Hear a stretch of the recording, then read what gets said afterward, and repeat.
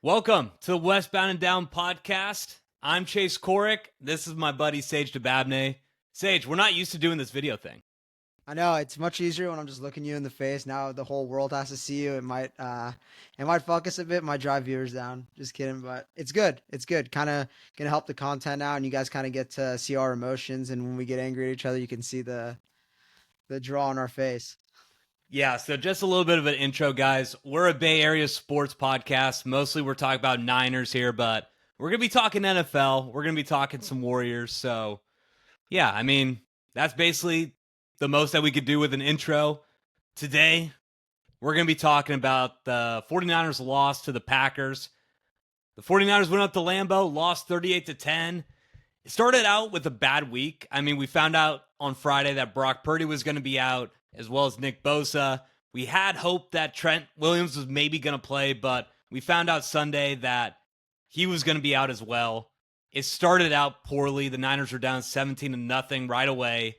And Sage, honestly, it was a weird game. The Niners had a chance to win the game, it felt like at one point, but when you look at it, they were up 17-0 on us. They won 38-10. You just got to say the Niners kind of got their ass kicked at the end of the day.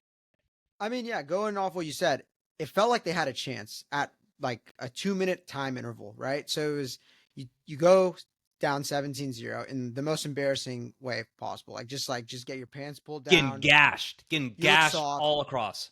It was literally reverse roles from that NFC Championship game where Raheem Yeah. Mostert was running all over them. It was literally how they must have felt because we couldn't stop the run, couldn't stop a runny nose, couldn't do anything on defense. And you get the ball, 3-and-out, whatever, 3-and-out, and you score right before the half ends. You get lucky.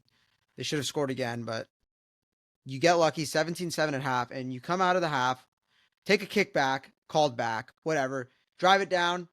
You have some momentum, pick, and just the game just felt dead. Like right there, and then like the game just felt dead. I mean, in all honesty, like that was the thing that I remember almost the most about the game, the penalties. The first two drives for the 49ers on offense, killed by penalties. I think there was a 2nd-and-1 on the first drive by Dominic Pooney. And then the second drive, there was a holding by Jake Brendel to make it 1st-and-20. When you have a guy like Brandon Allen in there as quarterback, you don't have that much room for error to just have mindless penalties that are going to mess up the drive. It's not like with Brock Purdy. I mean, you still don't want those penalties with Brock Purdy, but you don't have that security blanket of having your franchise quarterback in there. So they just made it hard on themselves there. And then, like you said, when they're trying to mount a comeback, 17-7 to start off the half, you get that explosion with Deebo Samuel on the kickoff, brought right back. Explosion. If It that looked good. exists, I mean, I'll be honest. it looked with you, good because Sage, the hole was fucking the size of Texas because there's a holding penalty. He's had to run straight. Yeah. I mean, would I love to felt see good what his going into 40 halftime. I thought there was going to be a chance that the Niners could find their way back into the game. And let's be honest, Sage, how much would the game have changed if Debo gets it down to the 20? You definitely get 3 points. I mean, with Jake Moody, you don't know, but you should most definitely get 3 points. And you maybe get 7. You make that a 3-point game. So, I mean, you look at how the field position flipped, right? Because you end up throwing a pick on that possession, but you put some pressure on him. It's 17-14 at like it should be, or 17-10 at the least. And you kind of like, you're up 17-10 or you're up 17-0, and then here they come. One possession game, 17-14, they could take the lead on a touchdown. And I mean, it completely flipped. The offense couldn't pick up the defense when they needed to. Defense couldn't pick up the offense. It was a mess. I mean, just going back to the beginning, just it started just like in those type of situations, you got to get off to a hot start. You can't be behind the 8 ball when you have a backup quarterback because when you're expected to win, you can't if you when you're expected to win, or from the Niners perspective, you're expected to lose. You kind of got to get out ahead early and put the pressure on them. Like, oh shit, like especially when they're you're in on the this game. road, right? I mean, you got Yeah, that home crowd in Lambeau. You really got to steal that energy from the crowd, from the home team, and they did the opposite. I mean, they got gashed in the run game and 3-and-outs, back-to-back drives. it's a common theme where every time we hop on a post game reaction, it's wow, that was the most embarrassing loss. That was the most This was fucking humiliating. Because everything that you thought about the Niners coming into the season, any relic of this team, it's gone. Like the tough, hard nosed run team, plays like tenacious defense, intimidates you, dude, they're fucking finesse. Like they're a finesse fucking team. They're not gonna punch you in the mouth. They're gonna try and break dance with you. They're gonna try and serve you. They're not gonna try and knock you out. Those days of the Niners, it's gone. They're no longer the scariest team off the bus. They're no longer like bad boys gonna hit you after the play. It's just a totally different regime now. It just feels like a totally different team. I'm like lost looking at this defense. It does. Just the jerseys look familiar. It doesn't look anything like what the Niners were last year. Yeah, and I mean, how fast it fell. It's crazy. something that I look at with this team compared to the teams that you saw before is the D-line. And obviously you didn't have Nick Bosa here today, but the Packers were able to do whatever they wanted. Josh Jacobs had 19 carries in the first half. He had 19 carries. They were getting whatever they wanted, put up 17, and I think that's going to be the number one difference that I see from this team compared to the teams of the past. This D-line can't stop the run. The interior D-line has been the biggest weakness all year. Leonard Floyd actually had a good game, surprisingly. He kind of showed up today. But Gross Matos on the other side. We didn't need pass rush today. I know. We just needed to stop the run. So Gross Matos was in that Bosa spot. And really what you saw the entire day is that they couldn't set the edge. The inside got just messed with all day by that Packers O-line. And like we brought up multiple times before, we could talk about this game as a one-off game. We're trying to look through it in the lens of a Super Bowl or bust season. Can this team win the Super Bowl? It's bust now. I mean, there's no way this team. I mean, think about it. I mean, we talk about the Packers, but what does this D-line look like when you're going up against the Detroit Lions or the Philadelphia Eagles in the run game? It's going to be 10 times worse. Dude, they're getting bent over. It's disgusting. I mean, Josh Jacobs, he's a fine running back. He's middle of the pack, upper end maybe, but and that O-line, they're fine. They're not, they're not the 2015 Dallas Cowboys. Like, it's just like the first good rush attack you faced all year and you got fucking exposed. And the writing was on the wall. You saw what Kieran Williams did when you fucking played the Rams that second half. You saw what James Conner started to do. Kenneth Walker last week was showing signs. But when you go up against a team that could run and throw and play action and could actually scheme you up, you're going to get fucking gashed. That's what happened yesterday. And it's bad coaching. I mean, Sorensen, man, like no adjustments. You got bailed. So hold on, Sage. I got to jump in here because I had a question coming into this podcast that I wanted to hear your answer to. Because the first half, that defense looked like it couldn't get a stop. It was bad. It was honestly scary. But you got to admit, the defense did step up in the second half to start off. They forced a number of 3 and outs by Jordan Love. And it looked like there were some adjustments to be made. But the question I have is this on Nick Sorensen or is this just a personnel issue? No, it's both. It's on everyone. I mean, it's on Shanahan. You fucking fired Wilkes to hire this guy and you downgraded. Wilkes was There fine. have been so many changes with this defense, though, compared to the defense but last they're poorly coached. They had back-to-back. I'll agree with that. Back-to-back 12 men on the field penalties. Not in, back-to-back plays. How the fuck does that happen? Seriously, how? Okay. That is so just, I have Kyle's answer. I have Kyle's answer to why that may have happened. His answers don't mean shit to me. Have you heard the answer? I may as well just give you the answer. Please, let's give the people the answer. Please. But the first 12 man, he said, so I guess there were actually 3. So there was 1 and then there was 2 back-to-back. Am I right?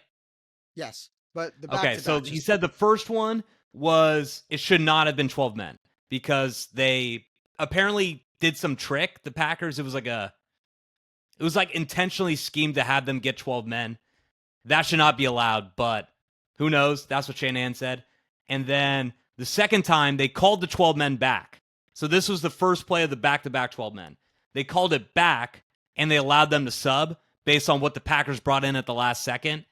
And then the next one, the last one that we brought up, that was just them messing up. So that was embarrassing. The fact that you had a chance to then get the 12th man off of the field, somehow there's another miscommunication. Embarrassing. And that's really what you brought up. It's just the organization of it. It seems like Sorensen doesn't have them organized, and just it looks lackluster, man. This defense is getting worse week by week. It's getting worse week by week. And as you play better teams, you're going to see it with Buffalo next week. They're going to put up 30, 40 on us with ease. And there's no emotion. We talked about it. Everyone was talking about it. If you don't win this game, your season's at Buffalo on the road with them coming off the bye. Good luck. So this was your season. This was your season. There was no fight.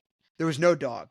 You couldn't fucking tackle. 15 missed tackles in the first half, 12 in the first quarter, running all over you. And it wasn't just Josh Jacobs. Who was the back? Emmanuel Wilson. They gave him a Yeah, drive. he looked good was too. running all like they had their first 3 drives. They went down and scored like pretty easily. The first drive, Josh Jacobs gashed you. The second drive, Emmanuel Wilson gashes you. The third drive, it was all Romeo Doubs. Like they were just attacking you. There was no fucking fight, no hard hits. I don't want to say the team quit, but it just seems like they just don't believe anymore. And once they like, if they're not going to believe, why the fuck should I? If they're going to quit, why should I believe? Like, why should I get worked up over it? Fuck them. So what I think, I mean, with the offense, it was a combination of the penalties as well as Brandon Allen. This was his first time playing in what, 2 years, 3 years? Yeah, but it seems like you should have gone with Dobbs. But what do we really know about Dobbs, Sage? Because I'm hearing everybody say that. Why should I trust that Joshua Dobbs would be any different? Joshua Dobbs hasn't been shit his entire career. Okay, he had a couple good games with the Cardinals. I don't think that's the number one issue that we're talking about. No, it's not. They lose the game with Dobbs. It's no different. It doesn't make a difference. That's going to be the number one thing on KNBR, but that doesn't mean shit to me about Romeo they can say or what they want, Dobbs. Bro. I mean, that shit doesn't matter to me. It's more so just like when you break it down, like just like the logistics behind it. You bring in Dobbs, you pay him. He's your second guy. You sign Brandon Allen. You want him to play, I guess, because what you see in practice, but he has a broken finger. He fumbled on the first drive. He just blatantly fumbled. So clearly it's bothering him. He's not fast. You already don't have You could say that it clearly bothers him, but I don't know. Maybe he just fumbled the ball. Are we sure that the finger really made a difference? I think 5 fumbles that game. 2 were on him. 3 were on him. It doesn't matter. Anyways, right? You don't have Trent Williams. So you know he's going to be under pressure. So immediately you should think I'd probably rather have the more mobile guy who could do something when the game breaks down. And it wasn't even, it was more. He was fine, but it was everyone else. Like you get the worst game of the season out of Pooney. Brendel can't stop committing penalties. And it's just, what can this guy do? I get it. You lose with either quarterback, but it just felt like Kyle didn't put the best guy out there.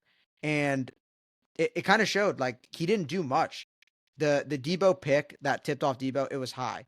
There was that 4th down pass to McCaffrey. He sailed it. There was a 3rd down pass. You said that pass. Debo pass was high on the interception. It was a little high. I mean, I'm not saying that went right through his hand, Sage. Come on. You got to blame that one on Debo Samuel. But you got to put it right there. Right there. Now that we're on camera, right there. But that's like in a tight window. Are you really? I mean, right here. Then don't throw it. They get paid. They get paid to do it. They do. He had to throw it. It was 3rd down, and they had to get a conversion. They were down 14 points. I get it, dude. I get it. I thought the game was decently schemed by Kyle. Like guys were open, just throws were being missed. The run game just isn't there. It's on Kyle, the personnel you're putting out there. I mean, McCaffrey's running into nothing, can't create anything, and you put Jordan Mason for 1 meaningful carry the whole game, 16 yards, never to be seen again until you're down fucking almost 30. So it's a mess. It's a personnel issue on both sides of the ball. There's a lack of fucking commitment to either side to whether you want to pass it or run it. It's like you're guessing. And the personnel, you're just not putting the best personnel out there. So why should the fucking team play for you if they know? Like, why the fuck is Debo out there? I mean, I don't know, Sage. I disagree with you there. What I'm going to say is that Kyle's been having issues all year offensively with play calling. I'll give you that. Today, with Brandon Allen in there, I thought he called a fine game. What I saw from the Packers defense is that they were going to have 8 to 9 guys in the box. Okay. They were going to make it hard to stop the run game, or they were going to make it hard for the Niners to run the ball. Their cornerbacks were on top of the wide receivers on the line of scrimmage. They had those 2 good safeties that we talked about in the preview show in the back. So when you bring up Joshua Dobbs, the guy that Kyle should have brought in, a guy who was going to be able to run around a little bit, I think Shanahan just trusted him more as a passer, thought that he could beat them downfield because that's what was going to be required to beat the Packers today. That was the obvious game plan that the Packers defense was going to go with to beat this team. And Brandon Allen couldn't do it. Joshua Dobbs wasn't going to do it. So I don't know. You're saying the right personnel with McCaffrey compared to Mason. Mason had that 1 carry for 16 yards. If you look back at it, that was by far the biggest opening of any run play. He had a nice cutback. I do agree. But so it's like that's going to be the number one thing that people bring up. It's like, oh, well, Mason had 1 carry for 15 yards. McCaffrey had 11 for 31. Every single McCaffrey run that you saw in the zone scheme was just getting blown up. I'm not There were asking just for it to be no 50-50. openings whatsoever. What So about I don't know if 70-30? what. What about 70-30? Like, it doesn't have to be all McCaffrey. Like, ease this guy in. I agree with you there. Like, I'm Maybe not not saying like, every oh, rush he's to gonna average McCaffrey. 16 yards a carry. I'm just saying what we need to do is just divvy it up. Like, you look at the most successful run teams, the teams that run the ball the best. I mean, who are the two teams that are having success this year running the ball with just one running back? Eagles and Ravens. And what do they both have? A quarterback who runs the A ball. great running quarterback, yeah. So you don't need anyone else. Like, you don't need your Sonic and Knuckles running back or your Lightning and Thunder, whatever the fuck you want to call it. If your quarterback and Earth, running Wind, back and are Fire. the same thing. Yeah, whatever the fuck you want to call it. Yeah, Garendo, McCaffrey. Yeah. There we go. We could coin that if it ever happens, Chase. I think they already did that with the New York Giants back in 07. But I mean, I thought you had it. I thought with Shanahan, this is what I'm going to say. Don't blame him for the play calling today if you do have issues with the 49ers offense. What I'm going to say is blame Shanahan for the roster, right? Yes. Blame him for the lack Sorensen. of depth in this roster, for making signings like Deebo Samuel, Brandon Ayuk, because injuries happen in football. And you're seeing that with this team. The injuries have made it to a point where we're just rolling out inferior talent, and it's getting exposed by all these good teams that we play. Blame him for the special teams. The fact that every single return has a hold, and we're getting gashed on every return that the other team has.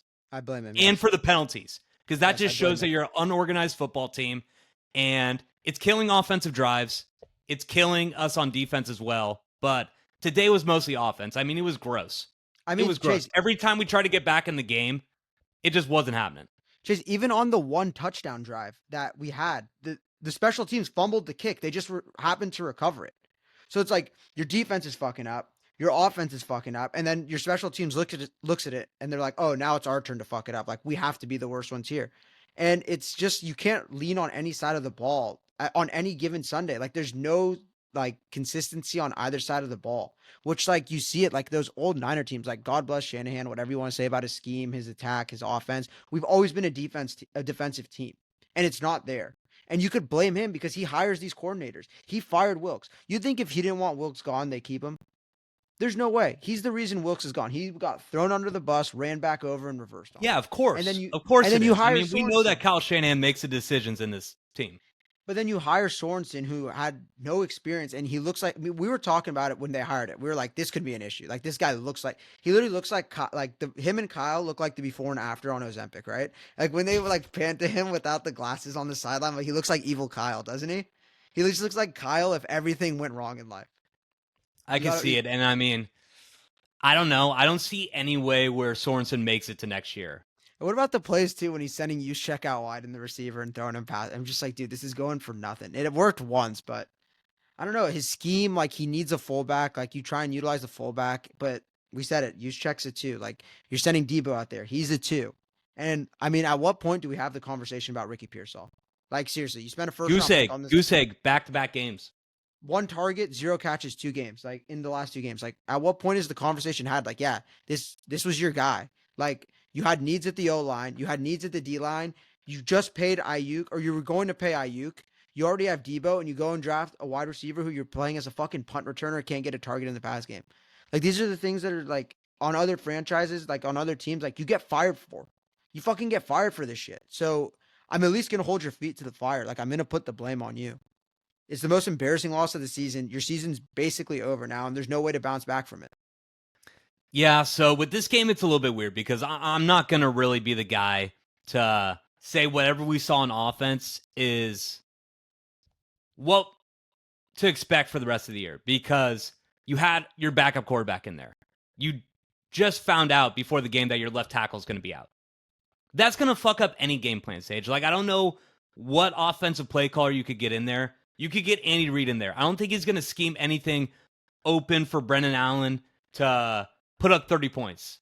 I thought Brendan Allen was pretty shaky. I mean, I look back at the tape. There were a lot of routes that he missed. There was that 4th down where he just wanted to go to McCaffrey as his security blanket.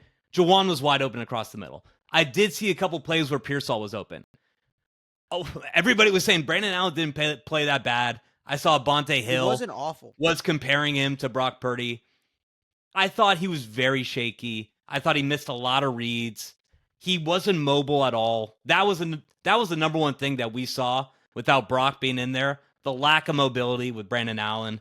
And he fumbled at least once, twice. I think he got one of them back. But when you have Brandon Allen in there, there's only so much you could do. And the defense really was just keying in on it. No, he wasn't going to beat this defense deep. And it was going to make it hard for them to scheme up any way to put up 20 plus points, I think, in this game. And I mean, they when got he close. went deep, it worked. Other than the pass to Debo, like he went deep once to Jawan, once to Kittle, it worked. They just weren't exposing it. He wasn't exposing it. He was taking the check down, which is what the defense was baiting him to do, and it worked. And with all these penalties, you're just fighting to get back to the sticks. So it was just sloppy. I mean, I like I said, whether it was Dobbs or Allen, the penalties were still going to commit. You were still going to have all these gross, just like plays, and I don't know. It's just frustrating because it's not one of those games where you could just point to one thing. Like they just looked bad everywhere. They looked bad everywhere. Do you know who showed up? Jake Moody. That's the only guy who showed up. Hit his 2 kicks. He was locked in. He was locked in. He was locked in, and everyone's gonna make the joke. But Debo, like, what's your purpose on this team? Like at this point, you're literally just a fucking locker room cancer, and Kyle has to play. He has to play you because there's no other options. He trusts you for whatever reasons. Thank God that I said I literally had bright spots. I write bright spots. The one bright spot, not one Debo end around this game. Thank God he's finally learning. Debo wasn't in the backfield once this game, so I guess maybe we're going in the right direction, but all a little too late. Yeah, I mean, George Kittle had a good game. He caught that touchdown pass, which seemed like it brought the Niners back into the game. He had 6 catches for 82 yards. He also had that back shoulder pass from Brandon Allen, but Debo had that 1 catch for 21 yards. I think the biggest play of the game, like I brought up, was that play where it went through his hands right into Xavier McKinney, who returned it. You were down 10 points. You were moving the ball. It seemed like you were going to score to make it a 1-possession game. And immediately they get down to the 25. I think there was a PI on Renardo Green, on Romeo Dobbs, put on the 1. Josh Jacobs runs it in. Now you're down 21 points. I think it was, what was it, start of the 4th or maybe midway through the 3rd quarter? Midway through the 3rd, it was still 17-7. And then they score a touchdown, I think, with 4 minutes, 35 seconds, somewhere around Yeah, to make it a 17-point game. That was basically it. That was basically it. I honestly think it was it as soon as you threw the pick. Or as soon as they went for it on 4th and didn't get it, whichever one came second, that's when it was over. Yeah, I mean, you could say that, but they got a stop on Green Bay, which is, like I said, even though they got ran through in the first half, the Niners defense did show up at the start of the second half, got a couple key stops on Jordan Love, but after that pick, they were bending. You would hope that the Niners defense would bend and not break, but every time the Niners offense turned the ball over, they just broke. I think they gave up 3 touchdowns on the 3 turnovers from the 49ers offense in the second half. So, I mean, it was a weird game. It was a weird game, and I think that Debo play really shifted all the momentum that could have switched the game. But at the end of it, you got blown out at the start. At the end of the game, you lost by 28. So I guess it makes sense in the end of it. Okay, a few more points on this, right? Yeah. To start. You look at that 4th quarter and how they lost, how the game closed out. You just think like, oh, the team quit, but it was almost even more embarrassing. They didn't even fucking quit. It was just mistake after mistake, even when you were down so much. It's like, now you got to put the drive together. Fumble. Brandon Allen, fumble. Christian McCaffrey, fumble. And the Packers showed no mercy. Like they were going for touchdowns. They wanted to run it up on the Niners. And good for them. They did. They fucking embarrassed the Niners. And the other thing that we keyed in on, Chase, because me and you, we've watched the Packers closely. We said, Jordan Love's going to give him to you. There's going to be opportunities there. And there was. Good point. And there was. There was at least 2. I mean, you had that Jair Brown one where it was literally right in his hands. And then the other one was Renardo. Yeah, Dobbs on a slant, hit him behind him. It was just in the air, and he just dropped it. We literally said, no Drukowski Tarts. That was an exact quote if you go back to the preview. And you had 2. The first one really could have flipped the game, and the second one could have at least stopped the bleeding. You don't get either. They capitalize when they do, and that's the game. I mean, it's just the margins, like the little things that go right for the good teams, like the Chiefs, like the Bills. They don't go right for the Niners, and they haven't been going right all year. You can say it's luck. You could say it's 50-50, but good things break for good teams, and bad things don't break, or good things don't break for bad teams, I guess, is how you should say it. So The Niners just aren't a good team. So I think before we cap off to really say how we feel heading into Buffalo, maybe a little bit of a Packers conversation because you brought it up. Jordan Love's the number one topic whenever somebody's talking about the Packers. I thought he looked okay. He definitely had a couple good passes, but like we brought up, he had those 2 balls that could have been intercepted. I think he also had 2 fumbles that he recovered, but it really seemed like LaFleur's plan was to run the ball. It was working. He ran it, I think, 23 times in the first half. It really seemed like he knew that he didn't want Jordan Love to throw away this game and put the Niners back into it. He almost did, even with them keying in on the run game for the Packers offense. I'm not that impressed. I think that this Packers team was going up against the bare bones of the Niners team. They didn't have their left tackle. They didn't have their key pass rusher. They didn't have their quarterback. What's that one saying that they always say, Sage? In the NFL, you got to get a quarterback. You got to get someone to protect your quarterback. You got to get someone to go after the other team's quarterback. We lost. That was our 3 best players, and we lost them all. You were at home. It was a cold game. You got a West Coast team coming over. And I think they gave us a lot of opportunities to stay into this game. And I don't know. I just don't think that with the Super Bowl expectations that the Packers had coming into the year, I don't see them as a Super Bowl team. I think that Jordan Love has a lot of flaws. Even though I did like LaFleur and his play calling and the schemes that he set up for the first half, it did stall out in the second, and I'm just not that impressed with this Packer team. This definitely just showed me more about the Niners. Any good team's blowing out the Niners for that effort they put out on the field. The Packers didn't do anything spectacular. They did the things they needed to do. They ran the ball well. I mean, the holes were massive. And to Jordan Love's credit, I mean, he should have had that touchdown to Watson. I mean, if he has that, the Packers score on all 4 of their drives. The thing is, they were moving the ball methodically in that first half, like that opening drive, 8-minute touchdown drive. So the possessions were kind of minimized from that. And they didn't make mistakes. I mean, they tried to make mistakes. They didn't. They played a clean game, which they kind of knew that's all they had to do. Like you said, that was the game plan from LaFleur. I wasn't too impressed. I mean, there was no tight throws. They were scheming guys open all day. Dobbs was running free all day. Christian Watson ran free twice. He dropped one. Love missed him once. And the little flip pass, his 1 touchdown for the day, it was whatever. I mean, it was just embarrassing. It's one I usually revisit the game after just to kind of refresh my mind. I didn't even do it. Like, I didn't finish the game. Yeah. And it's fucking embarrassing. Like, I don't know. Season's over, and you're kind of just on to next year. There's no on to Cincinnati. It's on to 2025. Okay, so you'll go with that take that the season's over. This is what I'm going to say. The Rams lost. You don't think the season's over? So hold on. This is what I'm going to say. The Rams lost. The Cardinals lost. You're 1 game back in the NFC, right? Dude, you're pathetic. Hold on. Let me finish because I'm not going to go all the way that you think I'm going to go. What I'm going to say is that heading into Buffalo, like we brought up, it's a must-win game. The worst part about this is that we don't know if Brock's going to play. You don't know if your starting quarterback's going to even be out there. You don't know if your star left tackle is going to be out there. You don't know if your former defensive player of the year is going to be out there. So I can't really give you any predictions about the game until I find out if they're going to play. But for the rest of the year, I think that there's a way the Niners can make it to the playoffs and win the NFC West. Only because the Cardinals are frauds. Yes. The Rams just got their ass kicked on Sunday Night Football, and Geno Smith is the quarterback of the 4th team in the division. Okay? Who you lost to at home. Who we lost to. Lost all 3 at home. Lost all 3 at home, by the way. Actually, not the Rams, but you lost all 3. All I'm saying is that I trust that the Niners could be the best team out of those 4 teams. But what you saw in this game is that the Packers dominated with their run game on our D-line. That was our biggest fear throughout the year, that we cannot stop the run on defense, which is making this defense not as elite as they used to be. Who are the 2 teams that you're going to have to go through if you want to make it even back to the Super Bowl? We're not even talking about the Chiefs. To get back to the Super Bowl, you got to go through Detroit and Philly. Exactly. They're running for 200 yards on this defense. No problem. I don't even know what they'd do. Oh, my God. Detroit would have put up 50 on us on Sunday. Philly would have done the same.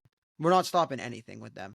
We can't get any penetration on those O-lines. Those O-line, that's the thing is the Packers, their O-line dominated. Like those holes, like the missed tackles too. And just like you think about if that's Saquon with that Eagles O-line, Gibbs, Montgomery with that Detroit O-line, you're fucked. Like you're fucked. You're dead on arrival. As soon as you walk into the stadium, as soon as they flip the coin, heads or tails, you lost because you can't stop them.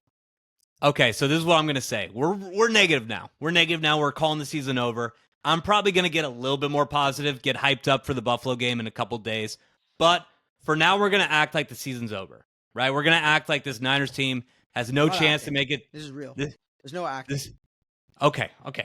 I'm just going to say, we're going to play it as the season's over, right? Okay, yes. What I think could happen with this Niners team, because a lot of people are going to say full rebuild. I think that's what you're probably going to say. But do you see any situation where what the Eagles went through last year could be similar to what the Niners are going through this year, where you're coming off a year where you honestly looked like one of the best teams in the league. Then the next year, maybe some key injuries happen, you lose some pieces, and you just don't look like the same team at all. Look what happened with Philly. They were in the Super Bowl. They beat us in the NFC Championship game. We all know Brock got hurt, but they made it to the Super Bowl. We're a couple plays away from being the Chiefs. Looked like an awful team last year. Nick Sirianni almost got fired. But now they just came off a 20-point win against the Rams on Sunday Night Football. Looking like one of the best teams in the entire league. Just 1 year difference. So is it a situation where you could retool and get back to the 49ers that we're used to seeing next year? Or do you think it's just not even possible at this point? I think it's curtains. I genuinely think it's curtains. Like with the Eagles, it was simple. I mean, it was just like your secondary sucks and your team seems one-dimensional, right?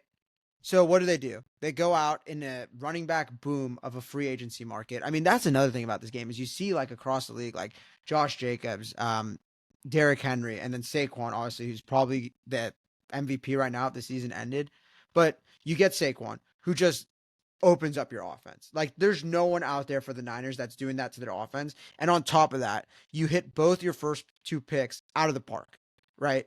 You get two pretty stud young corners who are growing and developing as the season goes on.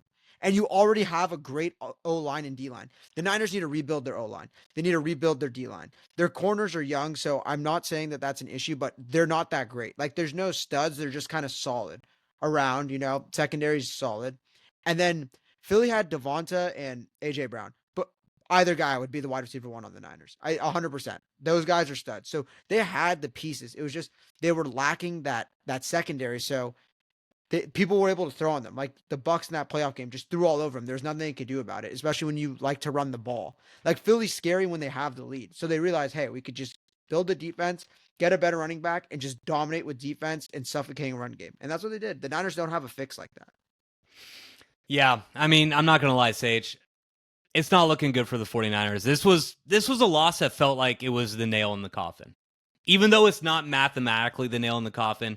It is, though. It just, across the Bay Area, everybody feels the same way. The same questions are being asked. What do you do next year? A lot of people are maybe calling for Kyle Shanahan's job. They're starting to talk about the Brock Purdy contract situation. So it's not good vibes in the Bay Area right now.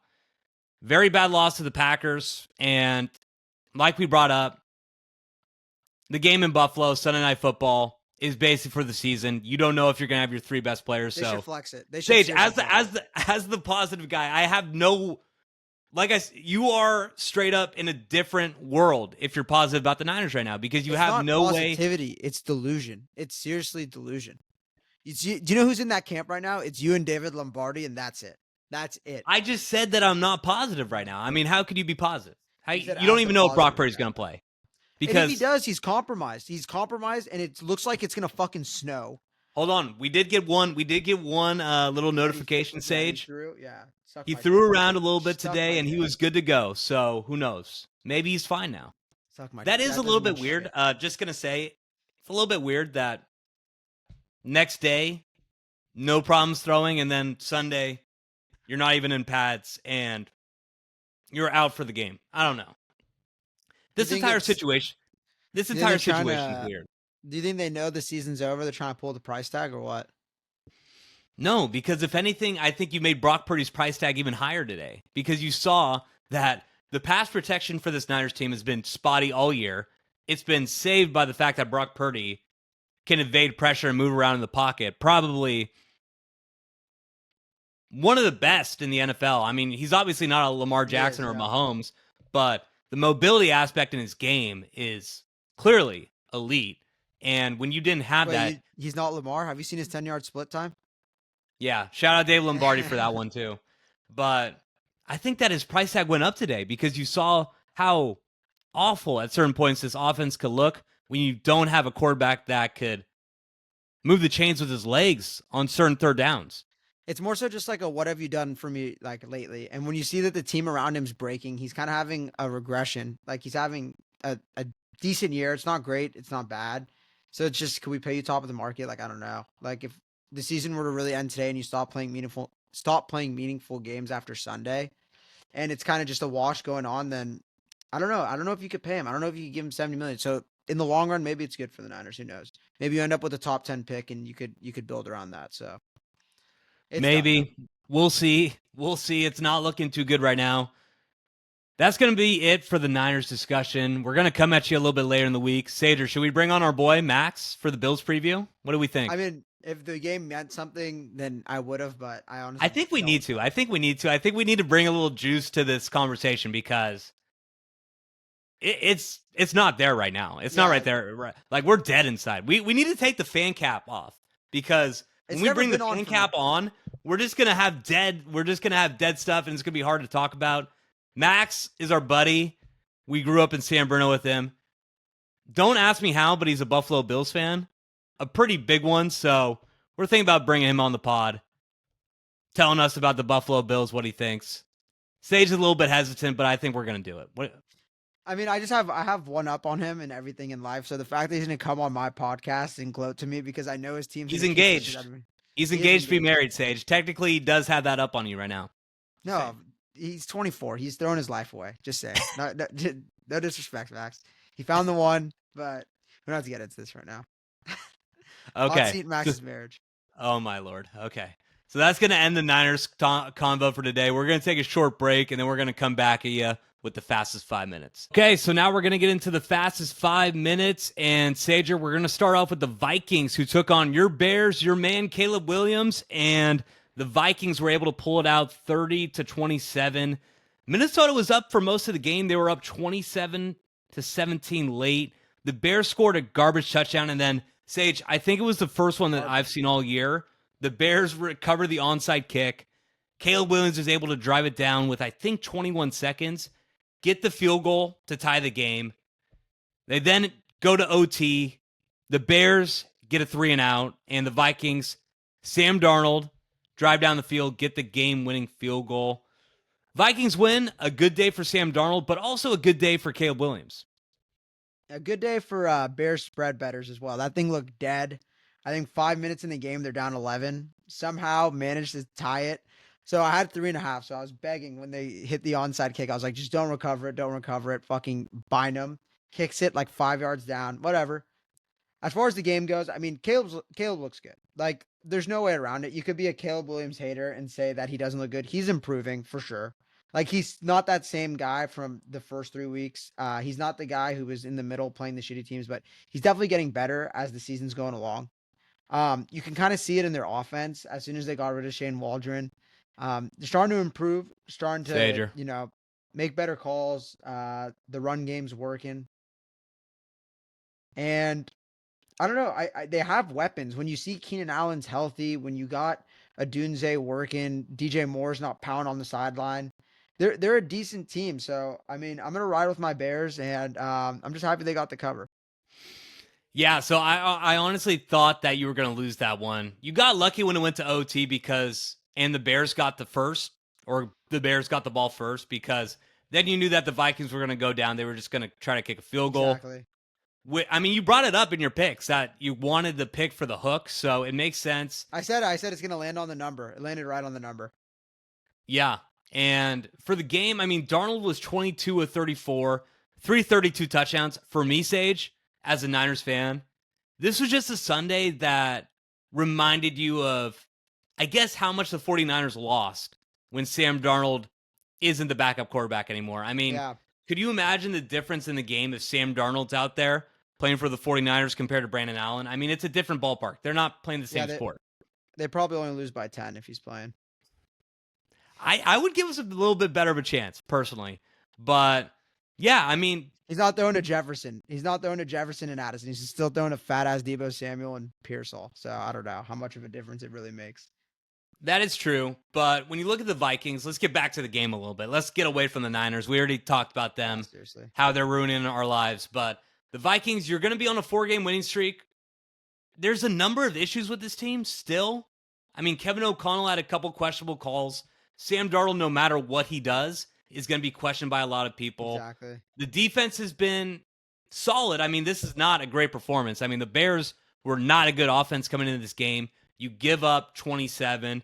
But the reality is that you're on a 4-game winning streak. You're 9-2. You're 1 game behind the Detroit Lions, who are just humming and kicking everybody's ass. So you're going to be in the playoffs. And I guess if you're the Vikings, that's all you could really ask for, right?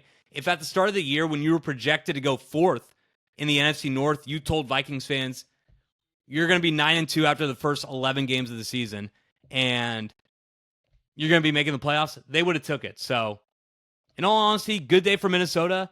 Good day for the Bears, too. If you just want to see Caleb Williams is not a complete bust, and there's some hope. There's some hope for next year. I mean, I wouldn't say he's a complete bust, but if you're telling me that he's a generational quarterback and a guy who's going to change the Chicago Bears franchise forever, yeah, I don't think so. I don't see that at all. Yeah. Let's move the goalpost on what your take was. Anyways, though, getting into the Vikings a little bit, we don't have to cover the Bears. I mean, their season's over. Their season's over. Dude, they're low key. I mean, they're solid but low key. Like at the beginning of the year, it was everyone just saying like, "Oh, they're good, but it's not sustainable. They're good, but it's not sustainable." And like now that they're actually 9-2 and 9-2 sustainable, they're pulling out these games like from behind. They're dominating still. The defense still looks fine, and no one talks about them now. Like everyone just talks about the Lions, but you look at the Lions and they're like, if we lose that game to them, right? It's going to be at Detroit, but the division's tied. I don't know what the tiebreaker breaks down to. They'll be 1-1 against each other head up with the same record. Like the Lions, you got to think they've put in all this work. They've won 8, 9 in a row, and they're only 1 game up in their division, only 1 game up for the 2nd seed. So it's interesting that AFC North, has given the NFC a good reputation. Not much really else to say about it. This is what I'll say. This is what I'll say for the Vikings. I mean, we're hyping them up a little bit, but let's be honest. Their peak is getting the 5 seed, probably playing the NFC South winner in the wildcard game, getting a win against them, and then losing in the divisionals to the Eagles or Detroit. I don't think the 2 seed's out of play for them when you look at their schedule versus the Lions. I mean, everyone looks at the Lions and thinks, oh, they're going to win every game. But so you're saying that the Vikings could beat the Lions in the NFC North battle? Well, I'm saying if they just beat them in that head-to-head matchup, then I think there's a better chance. Like, if they just got to take care of that matchup, because go look at their schedule. If you compare their schedules, I mean, Detroit has some bruisers. I mean, the Niners are no longer a bruiser, but Detroit has some good teams left on their schedule. I mean, I could pull it up for you right now. Minnesota has a cupcake path coming up for them. After this, they have Cardinals at home, Falcons at home, Bears again at home, then at Seattle versus the Packers, at the Lions week 8. But are you confident they're going to take care of all those games? I feel like with the Vikings, you kind of see that they've been eking they are a little suspect. They are. They're definitely suspect. I mean, yeah, they're suspect as hell. If you keep winning, it's very similar to that Kirk Cousins team. 3 years ago that lost in the first round of the Giants? Very similar. Yeah, and they keep winning close games, but you just kind of never believe it. They could get that 2nd seed, you still won't ever believe it. In the playoffs they'll flop, but as a regular season team, I guess a good story. They had an awful offseason. McCarthy gets hurt, your 3rd round pick dies, so good bounce back for them. Good bounce back for the Vikings. They got the win over the Bears. And then Sager, the next team that we just talked about right here, the Detroit Lions, took on the Colts. And in all honesty, the Colts got out to a 3-0 lead, but from there on out, Detroit just kicked their ass, won the game 24-6. Jared Goff was his usual solid self, but it was the Detroit run game. The Detroit defense made it very hard for Anthony Richardson, who went 11-28. It's so funny because every week we get these Anthony Richardson stat lines where he's so far under 50% completion, but they shut him down. Jonathan Taylor only had 11 carries for 35 yards. A good win for the Lions and a game for the Colts where you may have to rethink where your franchise is going. Yeah, from top to bottom too. I mean, Steichen doesn't look like he's that good of a coach. They seem like a mess. They're poorly You're out coached. on Shane Steichen already? Yeah, I kind of am. Like I said last week, I'm like, it seems like he just doesn't call like a game plan for Richardson. Clearly, like you got to build around this guy for what his strengths are. You're making him like 28 pass attempts a game. That's just not right. I know you're playing the Lions, but your quarterback could run. You have a good running back in Jonathan Taylor, a decent O line. I mean, they've kind of taken a step back, and you don't even really try to establish the run. I know it's not going anywhere. If you watch closely, obviously the Lions' game plan is we're gonna fucking stuff the line of scrimmage and Of dare them to course, of throw over course. us. But that's just going to be your game plan when you have this guy, and you got to commit to it. They don't. They're just a mess. There's not really much to say about them. They don't really have a future. They don't have a past. They're flip flopping quarterbacks. They don't even know what they're doing. So how should they expect us to know what they're doing? On the other side of the ball, I mean, Montgomery goes down. Gibbs has a hell of a game. Last week, Laporta goes down. They don't miss a beat. They played like a C game, and still were able. What they put up? Was it 24 points? I mean, they sleepwalk to 24 points. The defense steps up. They get after Richardson, and they're improving every week, that defense, even with the offense kind of slipping here and there. Maybe not slipping, but, key parts going in and out. I think they lost their center, got hurt, or their left guard, was it? You're But saying the Lions? the Lions, yeah, they lost an O lineman this game. But, I mean, it doesn't matter when you're that deep, when you could just attack in any way. They're the safest bet in football. I mean, I don't care what their spread is. I will consider it any week going on, like here on out. Yeah, I mean, if you're the Lions, you know that the offense is going to be humming. I mean, it's one of the best units, if not the best unit in the NFL. You just got to be happy with what you're seeing from the defense. I mean, they haven't been playing the cream of the crop when it comes to the NFL the past 2 weeks, but they've only allowed 6 points back-to-back weeks. A major fear was going to be that Aiden Hutchinson, out for the year, broke his leg in like 4 places. You thought that was going to make the defense not effective anymore, but we're seeing that the Lions defense is still holding up, and that's going to be something that they need moving forward if they're going to make a deep run into the playoffs, win the Super Bowl, because if you're the Lions, I think your season is now Super Bowl or bust with how you're looking. You're looking like, I've said it, one of the best teams I've seen the past 5 years. So, Super Bowl or bust, you got to love what you're seeing with this defense. If you're the Colts, you're 2 games back in the AFC, but you're not a playoff team. You're not a playoff team, and with how Anthony Richardson's looking, you got to say that the GM and the coach are on the hot seat because you drafted him 4th overall. He looks like he can't complete a regular pass consistently. Not a good sign if you're the Colts. No, not at all. Okay, so let's go to the next game. Sader, this was one of my picks. I had the Patriots taking on the Dolphins. I took the Dolphins minus 7.5. They got the win 34-15. Not Drake May's best game, but it was all Miami all the way. They were up 31-0. It was just an all-out rout. And the Patriots did make a mini comeback at the end there. They got it 31-15, but that was all they could get. And Tua, Mike McDaniel, and the Dolphins are just humming right now. I kind of said it. We kind of got into it earlier, or a few weeks ago. We said you kind of got to give credit to McDaniel, but you also got to give credit to Tua. I mean, this offense, 100%. Night and day with him in. I mean, they look fun again. They're frisky. I mean, if they get in, depending on who they get at that 2 seed. I mean, if you're Buffalo, a team you've already beat twice at home, they gave you a bit of trouble. You don't want to see this Dolphins team again if they get into that 7 seed. So, No. I mean, they looked fun. They were doing their end arounds, their like 3-way motion, all that fun stuff that you typically see. And they just love to beat the shit out of the Patriots in Miami.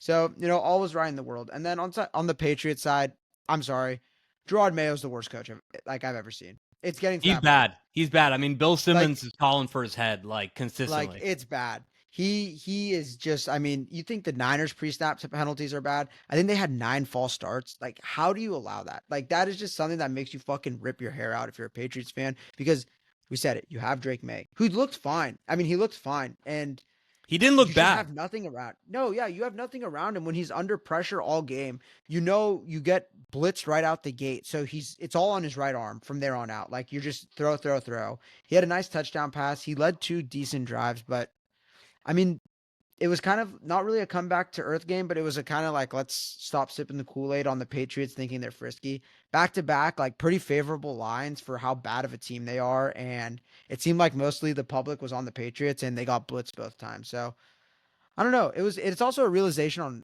you know, what the Rams were. Like, you know, you see it with like they should have lost to this Patriots team. You see it like with the Eagles. I don't want to get off track here, but I don't know. The Patriots just they kind of are who we thought they were at the beginning of the season. Like they're pretty shitty.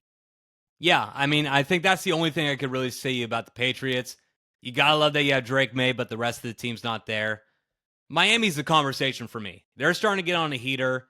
I think they're only one game back of Denver when it comes to the 7th seed in the AFC. That's going to be a big race the rest of the year because Denver, I think, have a couple tough games coming up. So Miami's looking great. Sager, you got them on Thursday night. You got them in the night game for Thanksgiving against Green Bay at Green Bay. So that's going to be the game that really determines what the Dolphins are for me this year.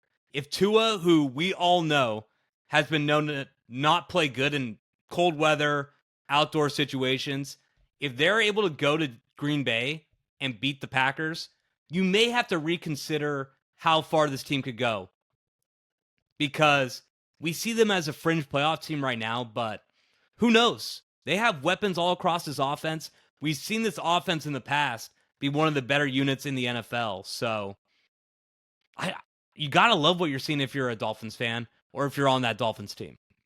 No, I agree. And I mean, they're going to save Thanksgiving. You look at that Detroit Bears game or the Detroit Chicago game. It's going to be a rout. Dallas, New I York, think take a I think nap. the Dallas game is the Yeah, worst part about that. take a nap. Oh Maybe man. potential Daniel Jones revenge game. Who knows? And then you have that game. Just kind of look forward to while you're eating your dinner. Maybe you're on dessert.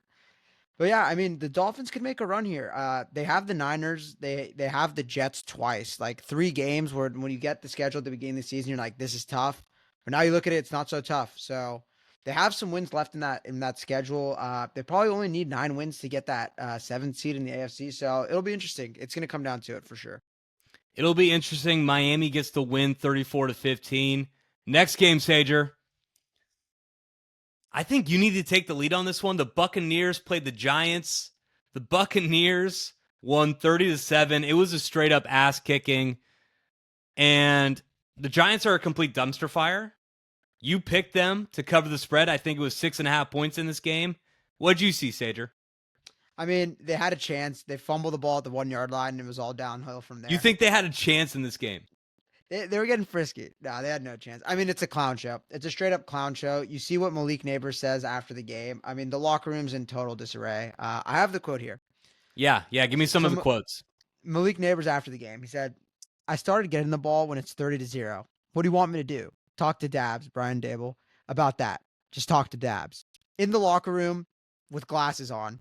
I was about to say, As a rookie, I was about to say, when I'm looking at Malik Neighbors, I don't know if it's the quotes that make it seem so diva-ish or the fact that he's wearing $1,000 shades, a fat gold chain, and aggressively chewing gum the entire time while he's saying it. I mean, this dude has not played 10 games in the NFL, does not have 700 yards, and is one of the biggest divas I've ever seen.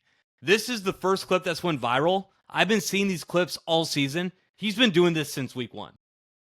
yeah. I mean, even when he was injured, right? He was injured, and he refused to put Giants logo, like Giants team logo on.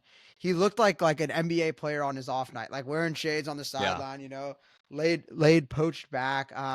This guy's going to be an issue. Like he's going to be an issue for the Giants to come. Even your future looks gloomy. It's just a mess. If you're the Giants, I mean, nothing's looking up right now. I'm sure he's like a good talent. They'll probably end up paying him, but I don't know. It's just the whole locker room's in disarray. No one was happy that DeVito started. It clearly should have been Locke. You paid Locke to be the backup. It would have maybe been competitive with him, but clearly you're trying to lose games. I'm an idiot. I'll no longer bet on bad team. I'm not even gonna try and be frisky. You got to wear it on the chin sometimes. You learn, and sometimes the learning experiences are more valuable than the wins and the money you make. So, Sage, I don't know if you saw this during the middle of the week. Did you see the Brian Daboll press conference where he was bringing up how they released Daniel Jones and you could just visibly hear banging in the background? Did No, you listen to that interview? You didn't see that? no, I didn't. I'm not deep in the Giants' weeds. So that's basically what happened. So Daboll is at the press conference talking about how they're releasing Daniel Jones. Daniel's a great guy, great professional, right? Then you just hear banging on the walls. Like clearly there's just somebody throwing something hard as fuck. Confirmation that it's Darius Slayton who was doing that in the background after finding out that Daniel Jones got released. I guess he was boys with Daniel Jones. Like you said, They love him. I don't get it. They love him. this entire locker room is a mess. Malik Neighbors is the personification of that. What an awful day to be either the Giants owner or just any Giants fan. You start off the day with that game. To cap it off before you go to bed, Saquon Barkley runs for 300 yards for the Eagles. So, terrible day for the Giants. A lot of reports coming out that Daboll and Shane are going to get fired, and I can't blame them. There's nothing positive for me to look at when I'm looking at this Giants team at all. I mean, I can't believe like how fast it fell, right? I mean, that's what's scary. Daboll was like the coach of the year candidate a couple years ago. He won it. He won coach of the year, I'm pretty sure. Did he? Oh, yeah. Wow. He won coach of the year 2 years ago, I'm pretty sure. And you just look at it. They made the playoffs. They upset the Vikings in that playoff game. No one was really expecting anything out of them that season. And then you extend Daniel Jones, you franchise tag Saquon Barkley, and it all goes downhill from there. It just shows you, you pay the wrong guy, like you pay the wrong quarterback. It could really set you back. So something to keep in mind. I mean, I'd be remiss if we didn't mention the Bucs here. I was about to say, we're going to offend Buccaneers fans if we don't talk about them at all. Seriously, they're good. Stephen Cherry, we apologize, but that run game, Bucky Irving, I mean, the dude's a stud. You got him, you got Evans, obviously Godwin out for the year. It doesn't matter. You got Kate Auden. They got weapons everywhere. Baker, man. What about Baker Mayfield? Baker Mayfield. Give him his respect, Chase. Give him his respect. Trying to say he's worse than fucking Bo Nix, the 30-year-old rookie. Get the fuck out of here, bro. Baker is, I mean, the most underrated guy in the league. I really think. He could sling it with anyone. Only guy to take down the Detroit Lions this year. And you just give him one healthy receiver. He's going to be able to move the ball on you. And that offense is explosive. I think they're better than the Falcons. I said it last week. Like, they're frisky. I really think that they're a sleeping giant to win the NFC South and then get bounced in the first round. But so I'll say this. Yeah, shout out Baker Mayfield. He played great. It seems like whenever he has his weapons that he does well and they win and they put up points. So I got to give him respect. The Buccaneers have a very gettable schedule the rest of the way. So here's the last 6 games for the Buccaneers. Panthers, Raiders, at Chargers, at Cowboys, Panthers, Saints. They could at least go 4-2 there, maybe even a 5-1. So the Buccaneers, how they looked on Sunday with Mike Evans coming back, clearly look better than the team that we saw a couple weeks ago that we honestly had trouble with beating in Tampa Bay. The only disadvantage when you're looking at it is that the Falcons have the tiebreaker because the Falcons already beat the Buccaneers twice. So it's going to be hard for them to come back, but good win for the Buccaneers, and who knows, maybe a sign of things to come and a playoff run upcoming for the Bucs. Sater, that's all I have for that one. Yep, same here. Okay, so the next game, not the sexiest matchup, not going to lie. It's the Cowboys taking on the Commanders. The Cowboys out of nowhere just seem to get some life in them. Won the game 34-26. Sage, this game was really just determined by the end of the game. I mean, right here, I have it listed off. So, yeah, so Washington kicked a field goal to make it 27-20. Dallas goes 3 and out late. This is with 33 seconds left. The Commanders have no timeouts. Jaden Daniels hits Terry McLaurin on an 86-yard touchdown. A play which is ridiculous when you think that it happened. If you did Cowboys defense, you had 33 seconds. They had no timeouts.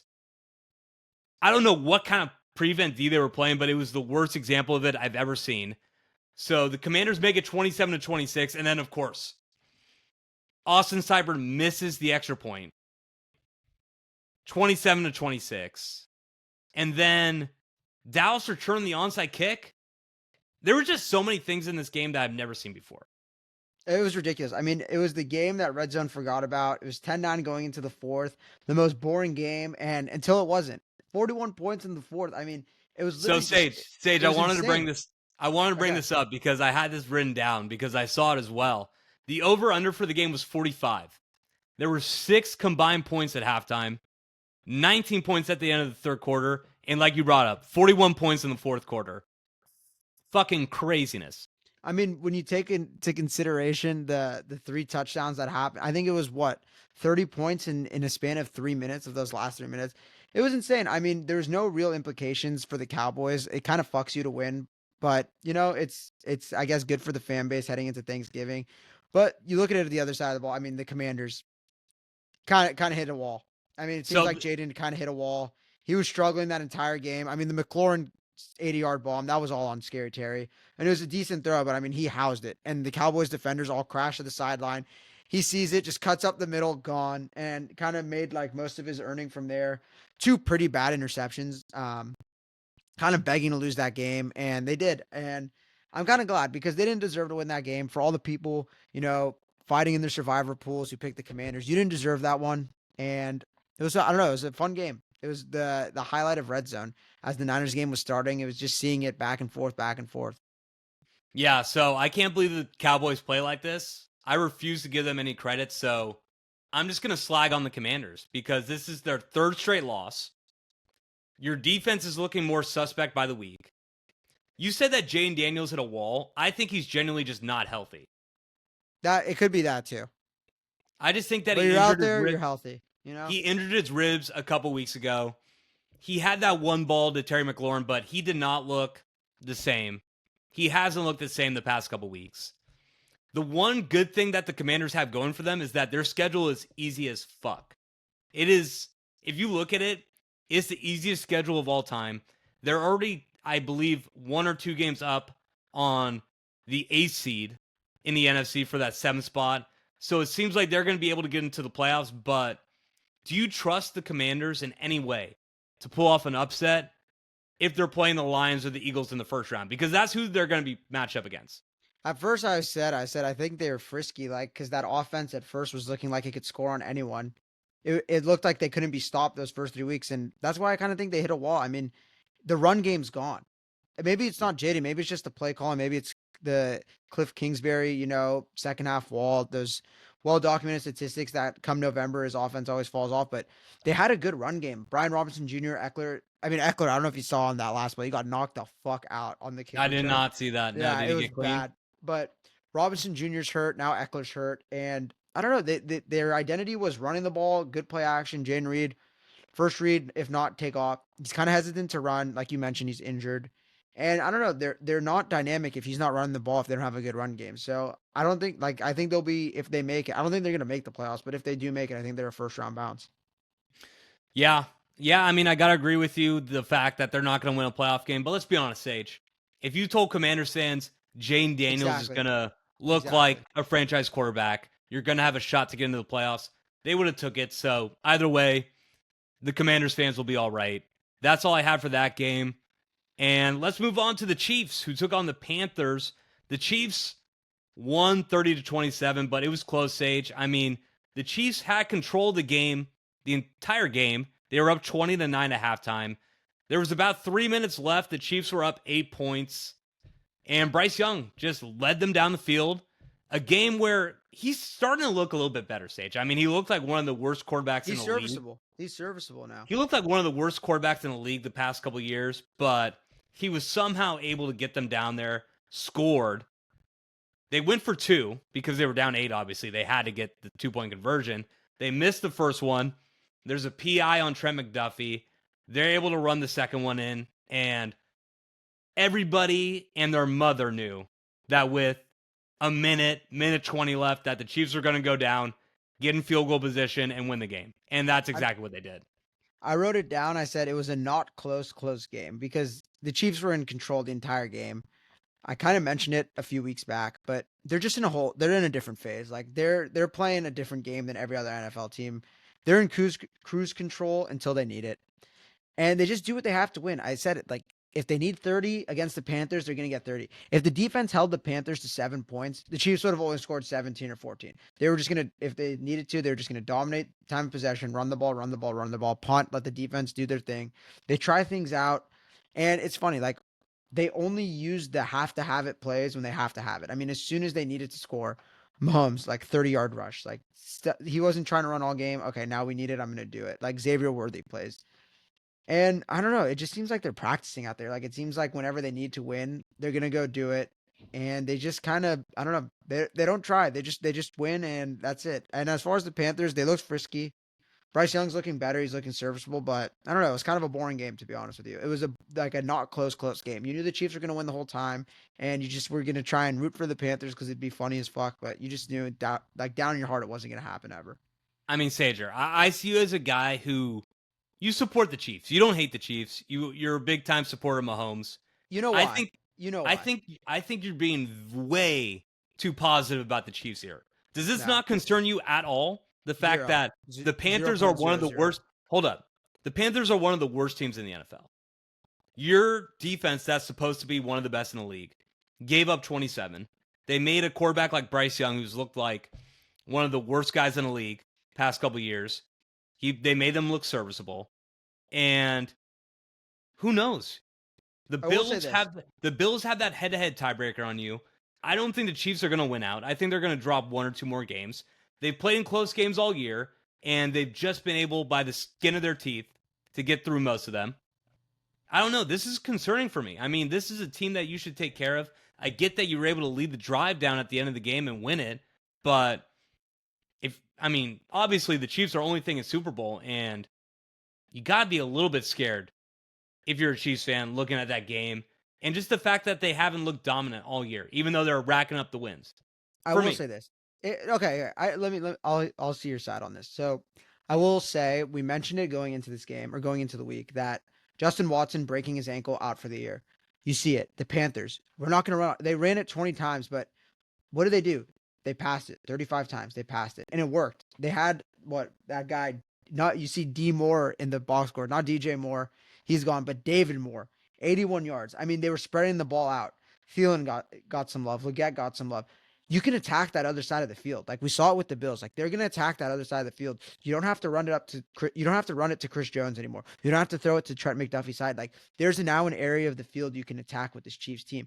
Will they rebound? Will they find a way to patch it? Maybe, but that is the one area of concern because if you have a bum out there and you don't have good safeties, a team that could pass the ball and get some stops, like they're gonna be able to attack you. So I think for now it's not really very concerning until I see it in the playoffs with this team because they have that devil magic. When it comes down to it, they're gonna make plays. So once they lose a meaningful game, then I'll be a little concerned. So I'd want to do a quick Panthers discussion because I know that's not going to drive all the views and get people to subscribe to the channel. Let's be honest, guys. Hey, we're starting out here. We know we don't got that many subscribers. We're trying to make it big, okay? We don't want to talk about the Panthers for 10 minutes. Okay, just saying. The Panthers aren't going to do it for us. But if you're the Panthers, you kind of got to love this, right? I mean, Bryce Young is looking a little bit better. You're not winning, right? I mean, you have 3 wins. I think they're slated to get about like the 5th pick. If I'm the Panthers, I roll out Bryce Young again next year. Why not? No, in the draft this next year, don't get a quarterback. Get a franchise cornerstone. Get you a left tackle who's going to be on your team for the next 10 years or one of the best pass rushers in the draft, right? You brought in an offensive coach, Dave Canales, to try and develop Bryce Young. You're going to give him half a year and then give up on him? I don't think that's the right call. If I'm the Panthers, I roll out Bryce Young next year. And I'm liking some of the development that you're seeing from him past couple games. I mean, you see it with what the Chargers did. When you have a quarterback, but you have a bad year, it's such an advantage because everyone who's early, if you're not taking a quarterback, someone's trading in to get a quarterback. So like you could get the best player in the draft, like at the 5th or 6th pick, because everyone just wants. I mean, maybe not the best player, but everyone just wants to take quarterbacks. Like you could get the best defender in the draft at like the 9th pick. I think the first 8 picks in the draft this past year were all offensive players. So if you have a need like that, like maybe it's an advantage. If you're the Panthers, you don't draft Bryce Young, like you said, you get. Like what the Chargers did, you get your franchise left tackle. you get like a pass rusher, you get someone to protect Bryce Young, and you kind of see what's there. So I really like that. I think that they have something there, and you got to give them some years. I mean, they've had terrible coaching, they've had no weapons. You see Mingo, the Cowboys trade for him, he can't even get on the field, and they have no wide receiver too. And you look at the fucking offensive line, it's terrible. Maybe there is something there. Maybe, I don't know, untapped potential. You see it with guys like Darnold, like guys like Mayfield. Sometimes it takes some time. You never know. So I wouldn't quit on him just yet. All right, so that's going to be all for that game, and we're going to go, Sage, to my honeypot, Denver Broncos, who took on the Raiders, and the Broncos won the game 29-19. The Raiders they were up 13-9 at half, but Gardner Minshew did as Gardner Minshew usually does, threw a bad interception. The Broncos went down, scored to make it 16-13. They were up 10 with about 5:30 left, and then Sager, Antonio Pierce, the cover god, helped me out a little bit. The Raiders had first down and goal at the 5, settled for a field goal, so they made it a 7-point game.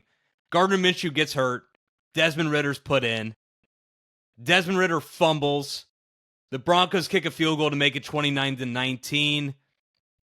The Raiders were able to get all the way down, had a 4th and 1 at the 15, but they converted, get it down to 1st and goal at the half-yard line with 18 seconds left. Goal line fade on 1st and goal, incomplete. And then they got sacked, let the clock run out, and I covered Sage. But it was a nail-biter. It was a nail-biter, and I got to thank my boy Antonio Pierce. I mean, you almost got pierced. You should have got pierced. I should have gotten pierced. I was drooling at the mouth of the opportunity for it to happen to you. I mean, what happened to you? What happened to you celebrating the pod? What happened to you rooting for the pod? Now you're rooting against me, trying to have me get pierced there. There's certain things where it's like we called it out in the pregame, and you laughed at me when I went against it, and you said I got pierced, so I wanted you to get a taste of it. I mean, the back door is right there, but they're a joke of a team. I mean, Shador going there is just like, it's almost too perfect. You just know it's going to happen. But is that the only Raiders conversation we can have? Because I feel like that's the only one I've been hearing, is that Pierce is going to be out, and you're going to bring Dion and Shador in. That seems like the only thing that people are talking about, which is so sad. Yeah, it seems like that's it. I mean, I don't know if Brady will allow it. They're going to definitely get him to like consult on things, but I don't know. I mean, on the other side of the ball, though, the Broncos, I just wrote down, like, you watch them, it's like they don't do anything spectacular, but they do everything good to great. Like, they're just like a well-rounded, solid team. They're super well coached. I mean, their run game's good. Their pass game's decent. Their run defense is good. Their pass defense is good. I mean, at this point, Bo Nix has to be the offensive rookie of the year. I haven't checked the odds recently, but if the season were to end today, I feel like he has to have everyone's vote. I mean, with Jaden falling off, it's about how you end. You know, you saw with Purdy last year with the MVP. Like, that's what awards come down to. I mean, he's trending up. Jaden's trending down, and the Broncos are frisky. I mean, we were talking about the Dolphins, but the Broncos aren't an easy out. Like, if you get them at the 7th seed, like they're a tough team. No, and I mean, today you brought up Bo Nix. He didn't look his best today, but yeah, they played like they were still up 10 late. Like, they had this game easy in the bag. This team doesn't have that much talent on offense, but it's all on Sean Payton. I mean, the entire time you see him able to get guys open, get guys in space, they just look like an organized team. They're almost the opposite of the 49ers, where you got no big names, but they play good football, play it clean. The offensive play callers able to get it opened up for the team, make it easy for the quarterback. They're in the 7th seed right now. I think they're up 2 games on Miami, but it's going to be a race between Denver and Miami the rest of the way. You got to be happy if you're a Broncos fan to see where the team's at and how your rookie quarterback's looking with Bo Nix. Jane Daniels is my fantasy quarterback. Bo Nix has been the guy I bet on the most this year. I went on a limb, said Bo Nix is better than Baker Mayfield. Has always been better than Baker Mayfield. Always will be better than Baker Mayfield. So I like both these guys. I got to admit, with Jane Daniels not looking like he was at the start of the year the past 4 weeks, I think you got to say that Bo Nix is the rookie of the year. This team has nothing around him, and we're not good last year. They're at 7-5 and have a favorable schedule. You can see them honestly going around 11-6, which is just so impressive. They're over under before the year was 5.5, and they're they cleared it. Oh my God, they've already cleared it, and they got like 6 games left. They're trending towards being a 9-10 win team, which I mean, it just shows you Sean Payton, hell of a job. I mean, everyone thought he was trolling. Maybe he was serious when he said like Bo Nix was the quarterback he wanted. I mean, he said he was the best quarterback he saw. They're win now mode. Sean Payton doesn't have time to rebuild, and it's working. I don't think they could compete for a Super Bowl in the next 2 or 3 years, but they're getting there. Like they have the foundation pieces. And like shout out to Cortland Sutton. That guy looks like a wide receiver one. Better than anything the Niners have. I mean, that guy gets open, he makes tough catches, has good footwork, and he's Bo's guy. And I mean, fantasy drafts, he was going like 11th, 10th round. And if you were redrafted today, what, second round pick, third round pick, like just a stud. Always open. Bo's always looking for him. And I don't know, they're getting better as the season goes along with basically no run game. Sage, really quickly, as a Colin Cowherd fan and a Brock Purdy skeptic, he caught a lot of flack a couple weeks ago saying that Bo Nix is better than Brock Purdy. Quick take before we head on to the next game. I don't know. Bo Nix like a 30-year-old rookie is the one thing. Like he's 24. He's 24. A lot of people say 30, but he's 24 years old. I think I'd rather have Purdy, if I'm being honest. I'd agree right now, but watch out for Bo Nix. That's all I got to say. The Broncos get the win there. Let's talk Texans-Titans a little bit. So the Titans win the game 32-27. Will Levis had a solid game. He had a fumble and an interception, but basically the Texans had this game. They were up 27-23 in the fourth quarter. The Titans get the ball, hit a 70-yard touchdown on the first play of the drive to make it 30-27. There was a lot of pressure on CJ Stroud, but he did lead the drive, got the Texans in a field goal range. Kaimi Fairbairn had a 28-yard field goal to tie the game. Just misses it, wide left, falls on the ground. It was a sad scene, Sager. They were showing his parents in the background, who I think came from Hawaii or some foreign country to watch the game. They looked sad. Fairbairn looked like beside himself. The Titans get the ball back. I think they forced a safety on the Texans' last drive to try to tie the game. Got it to 32-27. A win for the Titans. No one really cares about the Titans side of it. The Texans are going to win this division. A lot of people had them as their sexy pick out of the AFC. A lot of hype around CJ Stroud, and they are just not living up to it, in my opinion, at all. No, I mean, there's some questions that need to be asked about the Titans or about the Texans as a team. There's a lot of questions to be asked about the Titans too. Yeah, as well. But I mean, what does this team do good? Like, what do they do well on a week-to-week basis? Chase, what do I love in this league? Identity. Identity. They have none. Like, I'm sorry, they just have none. Like, some weeks you're a Joe Mixon run-heavy team. Some weeks you're a Nico Collins pass. It's never a good mix. It's one or the other.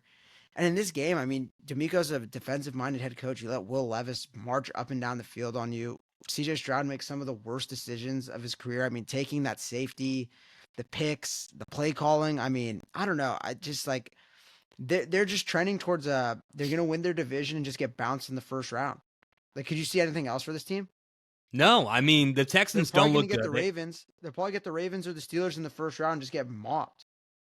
Yeah, they don't look good. I mean, they lost 4 of their last 6 games. They've had a couple tough games in there, but still, if you're looking like a team who's trying to win the AFC, losing 4 of the last 6 is not a good sign. And CJ Stroud deserves all the criticism in the world. The past 6 games, these are his stats. 4 touchdowns, 5 interceptions. This entire year, I'm not a major QBR guy. I'm not a major analytics guy, but 51.1 QBR. 50.0 is seen as average quarterback play. The dude's been average all year. He had a great rookie season. A lot of people said one of the best ever.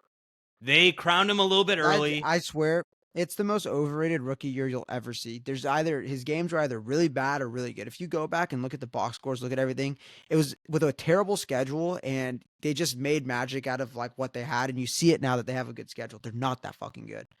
Well, Sager, not a lot of people go into the weeds like you do, okay? Everybody just sees it from ground level, but the reality is that he was on podcasts the entire summer. I mean, there was always clips of CJ Stroud coming out. I honestly liked his personality, but the reality is, if you're playing bad and you were on podcasts the entire summer, you're going to get shit for it. And that clip went viral earlier in the year where he went up to Caleb Williams. He was trying to be nice, but big dogged him a little bit, said that he's going to have a bright future in this league, that he's going to be all right.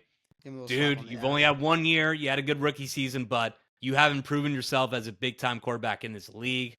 So, tough week for Houston, tough stretch. And like you brought up, they're probably going to play a team like the Ravens, and they're going to get bounced out early. That's all I see. I don't see them beating any one of those elite AFC teams, even if they're at home. D'Amico Ryans deserves some blame, but I think that a majority of it has to go on Stroud for me. I don't see anything spectacular with them. Just wanted to didn't want to gloss over it. I'm ready for Cardinals Seahawks. Yeah, let's get into it. So, like I brought up, the Seahawks beat the Cardinals 16-6. Sage, Talk about his team's best. everybody's darling in the NFL the past couple weeks. No one will shut the fuck up about it. The Arizona Cardinals, they fooled you. What was the thing that you brought up last week? They tricked you? They tricked y'all? Yeah, I said it was the Pat Bev thing. They tricked y'all. I mean, and they tricked. This is the classic Pat Bev. They tricked y'all. The Cardinals, everybody starts buying into them. They're minus Of 180 to win the NFC West. I've been calling them Jekyll and Hyde all year. This was the most Jekyll and Hyde performance of all time. They put up 6 points. Kyler Murray did not have a good game, didn't go for a touchdown, had a pick. And then I think the worst part of the game is that James Conner, a guy who's been doing good all year, 7 carries for 8 yards. The entire Arizona run game, 12 carries for 40 yards. This, to me, is just an example that Mike McDonald's here. Because this Seahawks defense was one of the worst rush defenses in the league. We brought up in that preview with the Seahawks that they got rid of their 2 starting linebackers, cut off the team, traded them away, and brought in Ernest Jones as a guy to stop the run. Sager, they're doing that. They did it against us last week. You got to be impressed a little bit with Mike McDonald as much as you're unimpressed with what the Cardinals put up. Yeah, I mean, the defense much improved. You see them, they're flying around there. He forced Kyler into one of his worst games of the season. I mean, I wrote down here, Kyler out Geno Smith. I mean, just when you can't have the back-breaking turnover, you have the back-breaking turnover. And I don't know, this is like why I was shorting the Cardinals 2 weeks in a row. Of course, I don't do it this week because I just like didn't want to fucking touch it. You do, props to you. But I mean, no one takes this team seriously. I said nobody knew where this game was going except for me. You just got to trust me. Grab onto the cape, don't let go kind of game. If you went with me, people are on the Cardinals. You're up money. It was smart. I mean, you took the advice of a wise one, home divisional dog in a close one. You got to just ride with the crowd. I mean, You can't ever let me have my own moment. It always has to go back to Sage's mantras. I respect it, but I did go with your mantra. The Sages, home, or what is it? What is it? A road divisional dog or a home divisional dog? We'll explain it on Wednesday when we do the gambling show. But I mean, as uninteresting as a high stakes game could be for the Niners now. Oh my God, it was an ugly game. It was an ugly game. The division's up for grabs. I mean, the Rams are in there, the Niners are still in there, and I don't know. It's just I can never just be fully out on the season. It's so torturous as a Niner fan. You just want this thing to be over with, but now it's like you could kind of talk yourself into it. We'll see how it ends, but no one deserves to win this division. They should just give it to the Vikings or Packers at this point. So this is what I'll say, because somebody does have to win this division. These 2 teams are going to be right there. Sage, you gave a lot of shit to Mike McDonald the past couple pods. You do not believe in the guy. I think you said he was a pussy, that you would beat him in a street fight. Is this true? I never said this. You said he didn't look like a tough guy. You said he's a fake tough guy. I said he's a fake tough guy for sure. And he still looked like, I mean, he was celebrating when things go right, but I just don't think he has that demeanor. He doesn't have that swag. You know what I mean? Like someone like a Dan Campbell. Like that's a tough guy in my opinion.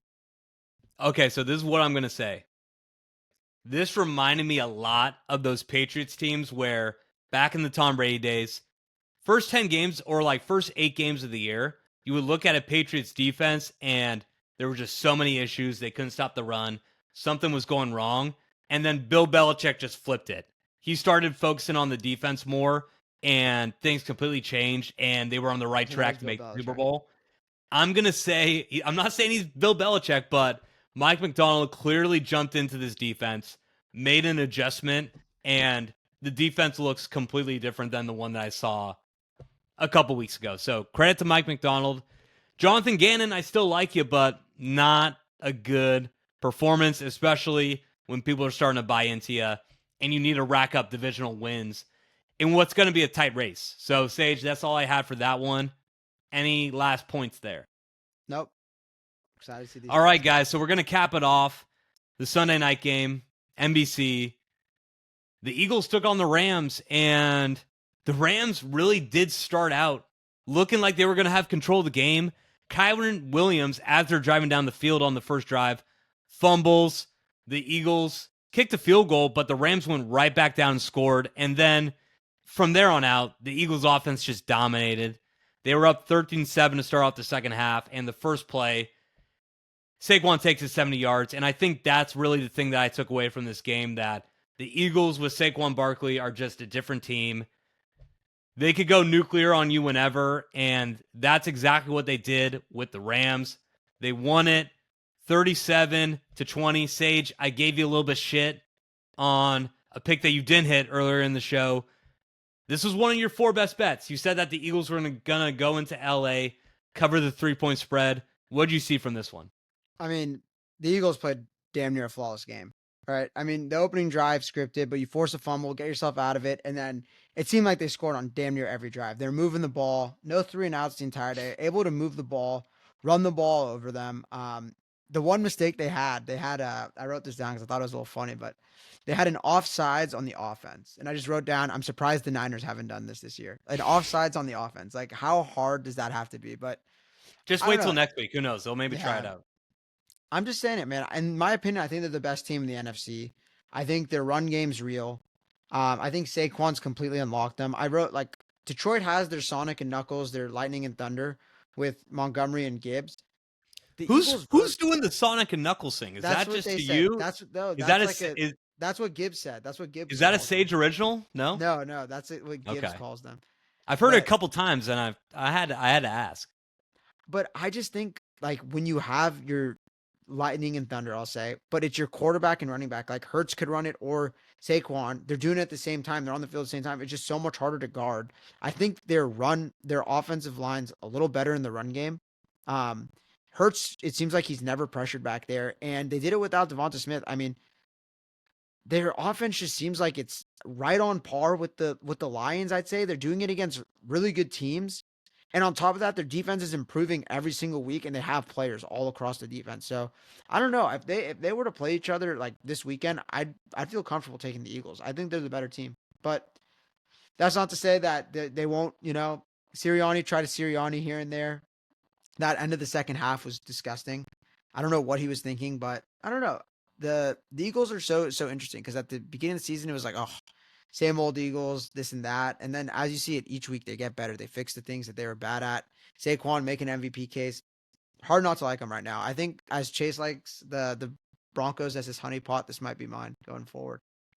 So, I mean, Sage, they played great. Even though the Rams did look good at the start of the game, Sage, this was a stat that stood out for me. The Rams, 0 of 8 on third down.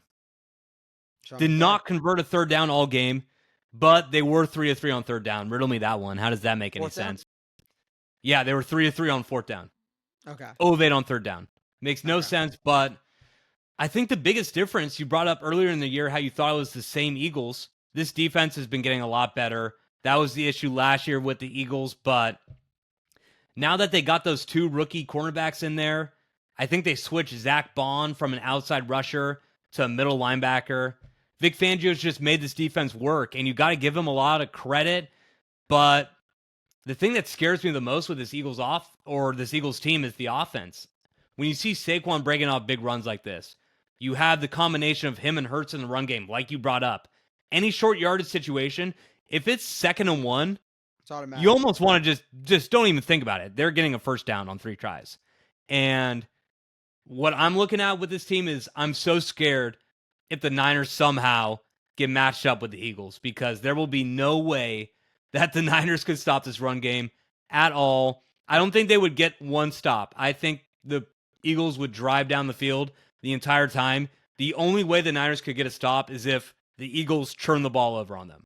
It would be like the game where Purdy blew out his elbow, except we'd be fully healthy, and it'd be the same result. I mean, I don't think we can move it on them because we're not going to be able to run it or pass it, and they're just going to be able to run it all over us. It would be embarrassing. Yeah, it would be ugly, and You brought it up how you think they're maybe better than the Lions. I don't know if I'd go that far yet because currently the Lions, they would have the home game. That would make a big difference for them. Nick Sirianni, I just can't believe it until I see him win a Super Bowl. This is kind of like my view of Sirianni. Have you view Shanahan? You're not going to give him credit until he wins the Super Bowl. That's how I feel about Nick In my defense, Sirianni. I do think Sirianni's way worse than Shanahan. Like Sirianni needs two, Oh, really no shit. capable coordinators No to be shit. whatever he is. He's a clown too. And they did the tush push, and he just goes on the sidelines like, "Dude, sit the fuck down." I hate rooting for them because of him. Like, Yeah, no one's going to root for them. Nobody here is going to root for them. Westbound and Down will not be rooting for the Eagles at any point. unless If my they money's lose on in them. the ups, unless you put money. Well, that's different, Sage. That's business. We're That's talking business. about as fans, we're never going to root for the Eagles to win. Do we got to have a little bit of a Rams discussion here? Oh, for Because sure. the Eagles I were mean, clearly the team that stood out, but what do you see from the Rams coming out I of this mean, game? like you said, like the penalties, the turnovers. Like, are we sure they're well coached? Like, they have good offensive You're players. calling out Like, Sean McVay? I am. Like, I feel like he's slightly overrated. Like, for as much shit as we give him, give that offense, give those receivers, that O line, give that team some banana hands. Like, see what they do with it. I feel like they'd be able to move the ball a little bit better. Me and Chase were going through it. If Matt Stafford's not the first or not the best quarterback in the NFC, he's the second best. I mean, it's hard to like point to two guys who are better than him in the NFC. So you have the best quarterback in the conference, and it's back to back to back years with just mediocrity. And you have skill, like you have good skill players, but your offense struggles. So I don't know. I don't understand it. I just can't. And he gets the biggest pass. Like you saw it with Shanahan. Like they just get like an automatic pass. He's bad with game management. He's a play caller, but there's so much more that goes into it. I think part of it is that Sean McVay's a great interview. The entire media love him. His That memory, like how he's like, oh, this play from yeah. 1972. It's like, shut the fuck up, bro. So Like, that's definitely part of the reason why the narrative around McVay is that he's one of the best coaches, if not, I mean, other than Andy Reid, the best coach in the NFL. What I will say is that he does have a Super Bowl to his belt, so you got to give him that over Shanahan. Stafford is still one of the better quarterbacks in the NFC, but I feel like that's more of a sign that the NFC doesn't have good quarterbacks rather than the fact that Stafford is an true. elite quarterback. So I wouldn't say that he'd even be top 5 in the AFC. I mean, I don't want to No, go easily through it not. now, but there's so many better quarterbacks in the AFC than Matt Stafford. And he's old. I mean, he can still sling it a little bit, but there's just certain times where if pressure comes on him, he can't run away from it. It breaks down in the pocket. It's more so that you have the best quarterback in the conference and you're not doing shit with it. Is more so my argument. Not like you got to win Super Bowls, but you can't. I mean, you won one, but you haven't been able to do anything since then. He's made 2. He I made one understand. with Jared Goff. That was a lifetime ago, though. That was a little while ago. They did throw away all their draft picks. So that's going to make it tough to build up these teams. That was something that they brought up. Oh my god, like look at the Rams in a couple years when Aaron Donald retires, they're going to be a shit show. This is what we're looking at. So if this is the shit show that everybody thought of 3 years ago, I don't think it's that bad. The offense still scares me if I'm another team in the NFC West. So if I'm saying that the Niners have a chance to win the NFC West, I definitely would give that to the Rams. I think the Rams look better than the Niners right now.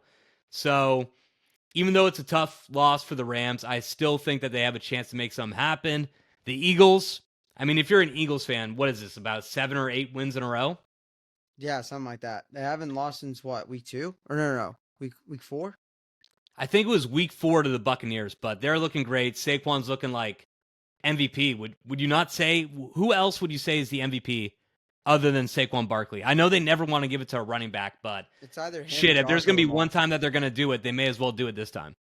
It's just hard for me. I mean, because if he breaks the record, you have to give it to him. But I mean, is he having a better year? Well, we'll have to see how it finishes. Because I do feel like not feel bad, but the guy gets so many touchdowns fucking poached from him from the tush push. He's been tackled at the 1 They yard said line he would maybe have 7 20 times. touchdowns if there was no Jalen Hurts.